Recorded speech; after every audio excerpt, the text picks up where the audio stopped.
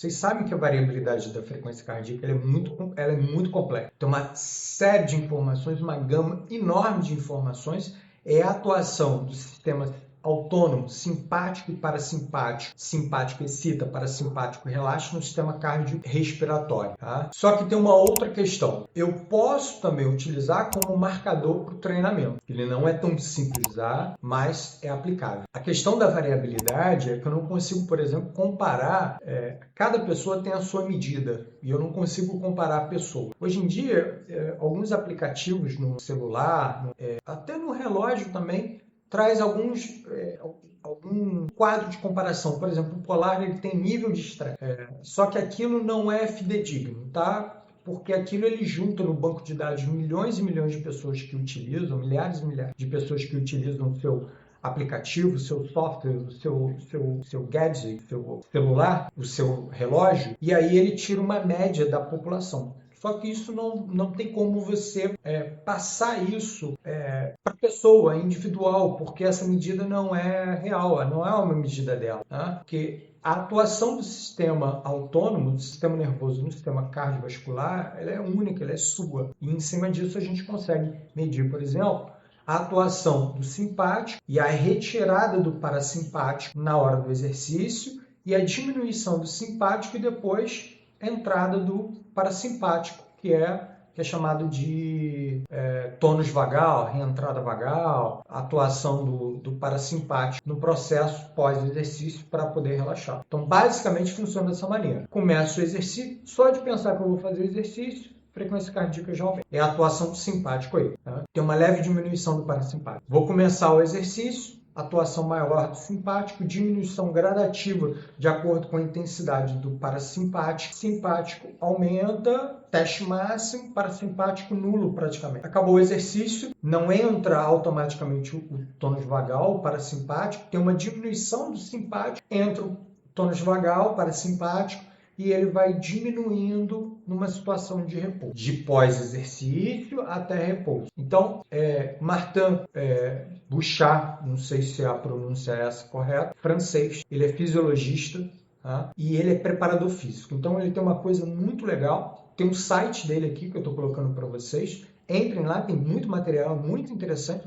Ele tem muita publicação em cima de intensidade. Meados da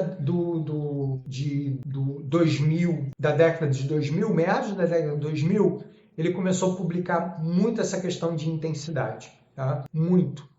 Principalmente com os dados fisiológicos publicados pela Escola de Medicina Canadense, que é a questão de você utilizar fugir do processo empírico e usar dados científicos para embasar a medicina, tá? Que é a medicina baseada em evidência. Todo mundo já deve ter ouvido isso. Não é um termo novo, ele surgiu no final da década de 70 num processo de remodelização dos cursos de medicina no mundo inteiro, da forma como o médico deveria pautar a sua conduta. É engraçado que nós estamos falando em 2021 e a gente está utilizando cloroquina, a gente está utilizando azitromicina, como ivermectina como tratamento precoce da Covid, né? Então, assim, vocês nutricionistas, vocês professores de educação física, muitos de vocês com acesso à questão científica, de produção de ciência, se deparam com uma situação dessa. Meu Deus do céu, o cara é médico, o cara estudou, tá fazendo isso é uma barbaridade, isso é um crime. E é um crime realmente. Só que a gente junta os conselhos de classe, né? De nutrição, de física, de fisioterapia, de medicina, eles se juntam num processo político. Muitas das vezes ele não está ali para fazer a luta do nutricionista, a luta do professor, a luta do fisioterapeuta. Ele está ali para fazer uma reserva de mercado apenas, quando lhe convém, quando não, ele não vai brigar, ele não vai lutar contra isso. E mais por ligação política, aí o de medicina aceita essa questão de tratamento precoce. Quando isso tudo passar, e vai passar, a gente vai ver a quantidade de bactérias resistentes a antibióticos que surgirão. E a gente vai ter um novo problema. A gente já está tendo problema com pacientes com cirrose medicamentosa, tá? Alguns precisando de transplante, por causa de uso exagerado de ivermectina. Irão aparecer muito mais coisas ainda, tá? Que serão as sequelas de tratamento que não tem tratamento para o Covid. Mas bem, voltando à questão de medicina baseada em evidência, é engraçado, na verdade é tragicômico que nesse nosso século, 2021, a gente tem que estar falando que o nosso trabalho ele tem que ser embasado em evidência científica. Que o trabalho do nutricionista, que a dieta do nutricionista não pode ser baseada em fase da lua. Que a dieta que o nutricionista prescreve não pode ser baseada em tipo sanguíneo das pessoas. Mas eu não me sinto bem comendo carne, eu sou A positivo. Beleza? Isso é individual, isso não pode ser extrapolado para um grupo e todo mundo utilizar isso como uma verdade, como uma verdade científica. Isso não é verdade. Então nós temos que pegar esses dados, o que nós temos de dados, para pautar o nosso a nossa conduta profissional. E esse pesquisador é muito interessante, porque com os trabalhos de medicina baseada em evidência, começaram a utilizar muitas questões do treinamento, da prescrição do treinamento. Vamos ver o que acontece. E o Gibala, um pesquisador canadense, ele pegou e colocou o pessoal para fazer treinamento, teste de Wingate, que eu vou falar à frente. Pedala o máximo possível, 30 segundos, descansa, outra sessão, 30 segundos. Que é o HIIT, intervalado de alta intensidade. E com isso, todo mundo sedentário, e ele fez biópsia do vasto lateral. Tirou, analisou, ele começou a ver que tinha enzimas aeróbias ali, depois de um mês de treinamento. Então ele fez biópsia antes de começar o treinamento, 4 semanas, biópsia de novo. Opa, peraí, eu estou fazendo um trabalho só anaeróbio e aparecem enzimas aeróbias. Eu tenho modificações na estrutura das fibras intermediárias para fibras rápidas e com isso aquele processo de, teoricamente, fazer uma base aeróbia fundamentada, aquilo que foi desde a escola nórdica, depois com a padronização da escola soviética, aquilo não precisa acontecer da forma como era trabalhado. Então, eu posso trabalhar em intensidade, não preciso trabalhar aeróbio e eu vou desenvolver características aeróbias na musculatura. Sensacional. Sim, perfeito. Nunca ninguém tinha feito isso. Então fizeram com biópsia. Método invasivo. Tá? E chegou à conclusão que eu posso trabalhar intensidade. Então, início do nosso século, trabalho em intensidade. Aonde surge o quê? O CrossFit, que bota intensidade o tempo todo e é uma coisa muito interessante que eles fazem aquele sistema meio que de competição interna. Não tem competição só com você, para que você possa melhorar, mas de alguma maneira tem um sistema de competição entre eles, entre o grupo deles, e aí você acaba sendo desafiado cada vez mais a melhorar. Claro, isso tem pontos positivos, mas tem pontos negativos. O grau de lesões é alto. Mas não lesiona assim. Tá, não lesiona sim para pessoas altamente treináveis com nível de condicionamento alto. Se eu erro na prescrição do treinamento na intensidade, o risco de lesão desse meu aluno na corrida é alto. Corrida, por ser uma atividade cíclica, onde eu vou trabalhar intensidade, vou ter problemas de lesões constantemente com os alunos. É comum acontecer. Por que eu individualizo esse treinamento? Por que eu não junto um grupo e boto para correr? Hoje a gente vai correr tanto. Porque cada um tem o seu ritmo diferente. A esposa não pode acompanhar o marido na corrida, ou pelo menos, se o marido for mais avançado. Por quê? Porque ele vai forçar o ritmo dela. Já perdemos alunos por lesão por causa disso. Final de semana pega aluno, vamos, e aí lesiona. Então tudo tem o seu tempo para fazer. Claro, se ela for mais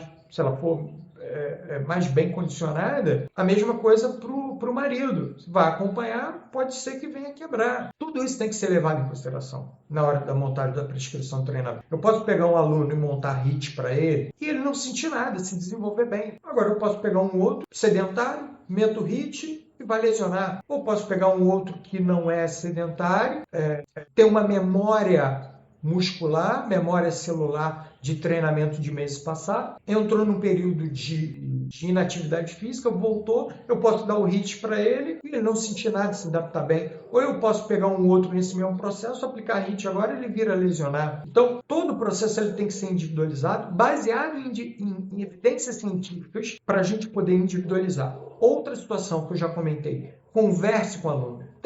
Explique para ele o que você está querendo, o que você está buscando com isso. Ah, mas a meta dele é essa daqui, será que vai conseguir? Explique para ele, ó, eu estou trabalhando assim para a gente chegar aqui daqui a tanto tempo e depois para cá, para aqui, até chegar no seu objetivo. Confia? Se ele confiar, ele vai avançar. Se ele não confiar, ele vai pegar o rendimento, vai segurar, vai fazer outros testes e vai acabar saindo. Essa saída, ela é prejudicial para você, prejudicial para ele, porque de repente ele vai ficar treinando sozinho e vai falar assim, por que eu vou pagar assessoria que eu posso treinar sozinho?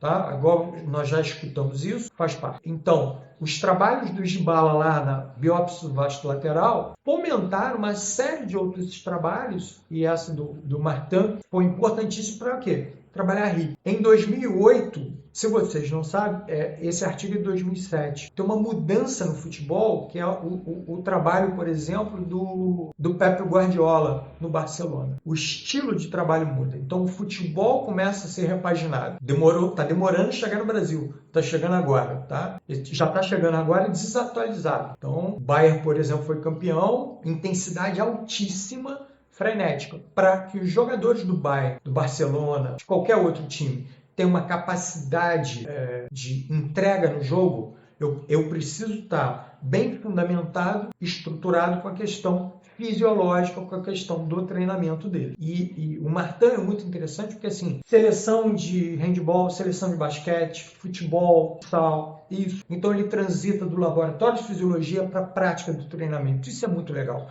Quando você consegue juntar as duas coisas, assim é o ápice para um fisiologista, para um preparador físico, tá? Então, ele tanto consome conteúdo quanto ele produz conteúdo. E aí ele propôs esse trabalho que é o quê? Através da variabilidade da frequência cardíaca, para quem não sabe, é um intervalo R. No eletrocardiograma, então, eu meço o intervalo de uma sístole ventricular, um R, para outro R. Essa distância, quanto maior, mais devagar o meu coração está batendo. Quanto menor, mais rápido, acelerado está batendo o meu coração. Maior a incidência do simpático. Batendo devagar, maior a incidência do parasimpático. E com isso, então, lembra do trabalho do Concone 82? Ele propôs, então, um limiar da variabilidade da frequência cardíaca. Foi quando eu comecei a ter contato com ele, tá? Foi no mestrado, o trabalho de Dybala, me assustou todo mundo na época, e os trabalhos do Martin. E é interessante porque, na época, nas apresentações no mestrado, eu traduzia Nietzsche com GRI. Então, assim, quando a gente não tem perspectiva de determinada questão, e hoje todo mundo vem de curso HIIT, a gente teve contato praticamente junto, ao mesmo instante do que estava sendo lançado, a gente estava tendo contato ali. Outra coisa que eu tive contato, oclusão vascular, aumento de hipertrofia, bota aquele manguito, infla do aparelho de pressão, pum, pum, pum, pum, pum, pum, e coloca a pessoa para fazer teste de força máxima. O treinamento pode ser feito assim também, quadríceps e bíceps. E aí você hipertrofia mais por causa dessa oclusão, você acaba tendo um desenvolvimento metabólico no músculo e com isso uma maior hipertrofia. Quando a gente se deparou com esse trabalho,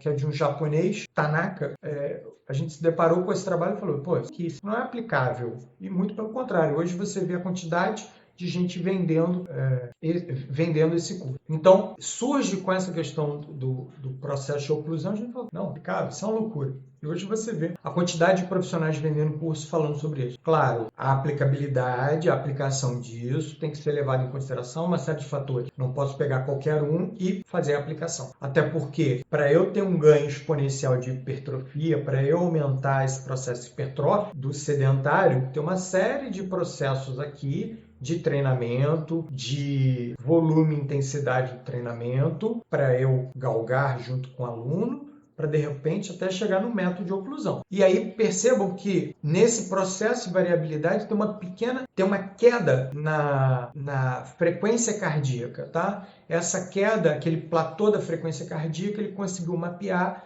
e aí analisou alta frequência, a ação da alta frequência, da baixa frequência, a ação do simpático e a ação do parasimpático. E aí identificou esse limiar da variabilidade. Para aplicar isso, eu tenho que ter um conhecimento amplo de variabilidade. É chato, é complicado, tem muita coisa. Não é igual, por exemplo, não tem como eu comparar pessoas, é aplicável apenas para uma pessoa, apenas para ele.